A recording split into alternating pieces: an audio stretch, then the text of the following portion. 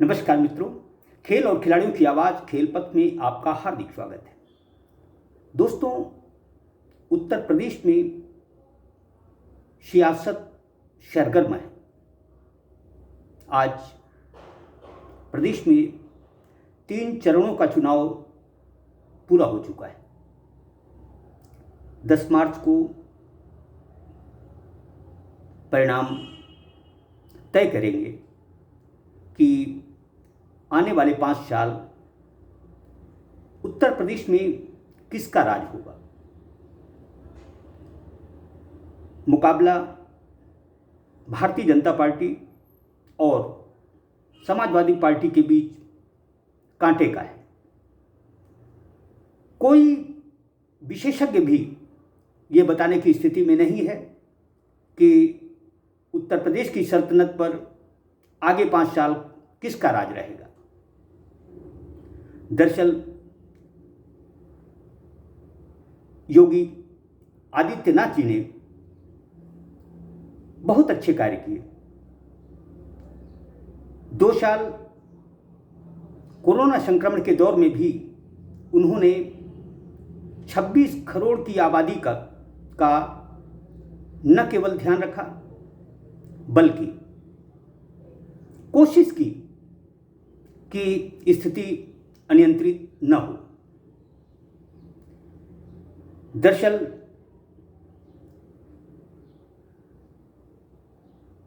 जिस क्षेत्र में वह चूक गए वह क्षेत्र है खेल का।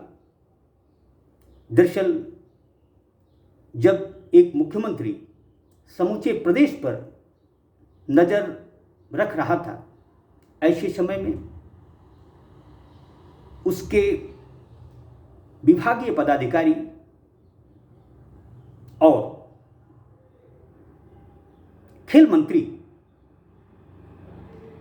खेलों की व्यवस्थाएं सुदृढ़ रखने में असफल हो गए। मार्च 2020 में प्रदेश के 377 खेल प्रशिक्षकों को सेवा से बेदखल कर दिया गया था। इनको पुनः सेवा में लेने की बजाय खेल निदेशालय जैम पोर्टल के माध्यम से आउटसोर्सिंग के जरिए प्रशिक्षकों की नियुक्ति करने की कसम जैसे खा गए बैठा। दरअसल ठेका प्रथा से हर विभाग नहीं चलाया जा सकता, खेल तो कतई भी नहीं। खेल निदेशक आरपी सिंह स्वयं खिलाड़ी रहे हैं। उन्हें इस दिशा में ध्यान देने की जरूरत थी। सफलता असफलता जो विभाग का मुखिया होता है उसके सिर ही मढ़ी जाती है। यह मुझे कहने में कतई संकोच नहीं कि वह इस मामले में पूरी तरह से फेल हुए। आरपी सिंह के क्रियाकलापों और उनके मंतव्य के मुताबिक ही जो किरकिरी योगी आदित्यनाथ जी की और खेल मंत्री उपेंद्र तिवारी की हो रही है, उसका सारा का सारा कसूर खेल निदेशक का ही। दरअसल प्रदेश में 450 प्रशिक्षकों का प्रावधान है। पिछले 15 महीने से खेल निदेशालय आउटसोर्सिंग के माध्यम से 3 मर्तबा प्रशिक्षकों की नियुक्ति का तामझाम कर चुका है। लेकिन अफसोस की बात है कि वह आधे प्रशिक्षक भी नहीं खोज सका।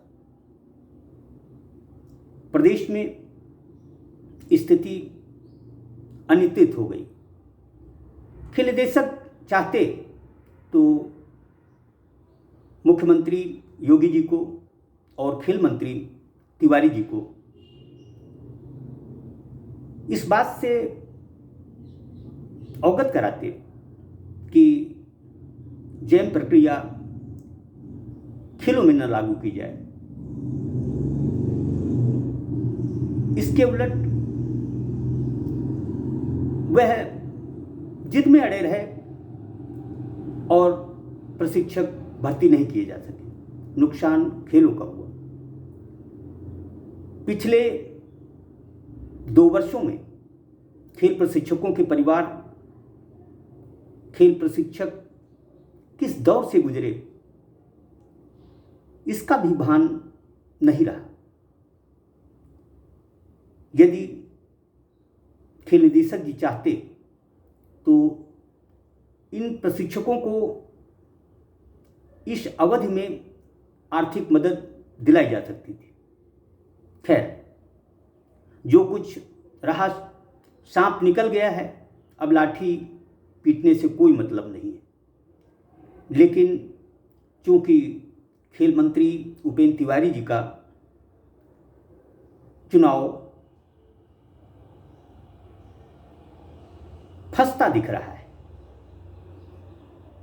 फंसता इसलिए दिख रहा है क्योंकि उनको न केवल राजनीतिज्ञों के विरोध का सामना करना पड़ रहा है, बल्कि खिलाड़ियों, प्रशिक्षकों और युवाओं का भी विरोध मुखर है। खेलपथ को जो सूचनाएं मिल रही हैं, 24 फरवरी को उनके खिलाफ उत्तर प्रदेश के लगभग 1 दर्जन जिलों के खेल प्रशिक्षक और कुछ खिलाड़ी फेफना जाकर खेल मंत्री के विरोध में प्रचार करेंगे। दरअसल संभवतः यह पहला अवसर होगा जब प्रदेश के किसी खेल मंत्री का विरोध उसकी ही विधानसभा क्षेत्र में दूसरे जिलों के प्रशिक्षक और खिलाड़ी करेंगे। ये सब अच्छा नहीं कहा जा सकता, लेकिन जिस तरह के हालात उत्तर प्रदेश में रहे हैं उसका गुस्सा लाजमी है। दरअसल खिलाड़ी, खेल प्रशिक्षक ये जाति पाति से परे होते हैं। यह तय है कि बेजार प्रशिक्षक भी कोई भारतीय जनता पार्टी से, तो कोई समाजवादी पार्टी से, कुछ कांग्रेस से और बसपा से, इस तरह से दीगर पार्टियों से वास्ता रखते हैं। इसलिए ये उनका नैतिक दायित्व है। वो किसी को भी मत करें, दें, जो उचित लगे वो करें। लेकिन यह दुखद है कि किसी प्रदेश के खेल मंत्री के खिलाफ दूसरे जिलों के प्रशिक्षक और खिलाड़ी प्रचार करने जाएं, वह भी विरोध में। यह चिंता की बात होनी चाहिए। खेलों के लिए, खेलों के लिहाज से हम इसे अच्छा नहीं मानते, लेकिन दरअसल जो कुछ बोया जाता है फसल उसी की काटने को मिलती है। यह कितना उचित होगा, कितना अनुचित होगा, प्रशिक्षकों खिलाड़ियों के रोष का इस दौर में तिवारी जी पर कितना असर पड़ेगा, यह 10 मार्च को ही पता चलेगा। जय हिंद, जय भारत।